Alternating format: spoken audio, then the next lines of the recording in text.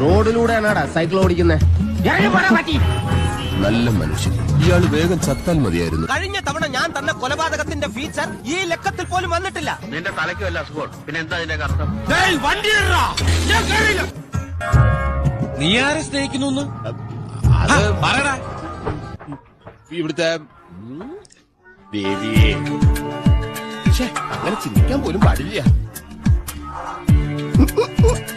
എഴുന്നേറ്റ് എനിക്കെന്തോ പോലെ. ദീപന്തലിന്റെ ഫാൻസാ.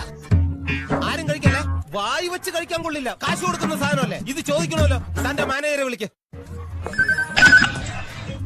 ഞാൻ ഹംസ, ഹംസൻ MBBS.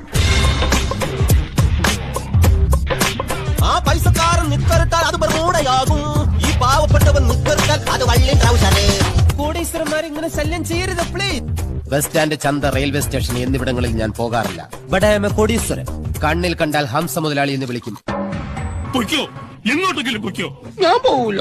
എവിടെയെങ്കിലും പോയി തൊലയടാ. ഞാൻ പോവൂലെന്ന് പറഞ്ഞില്ലേ, പിന്നെ എന്തിനു നിർബന്ധിക്കണം?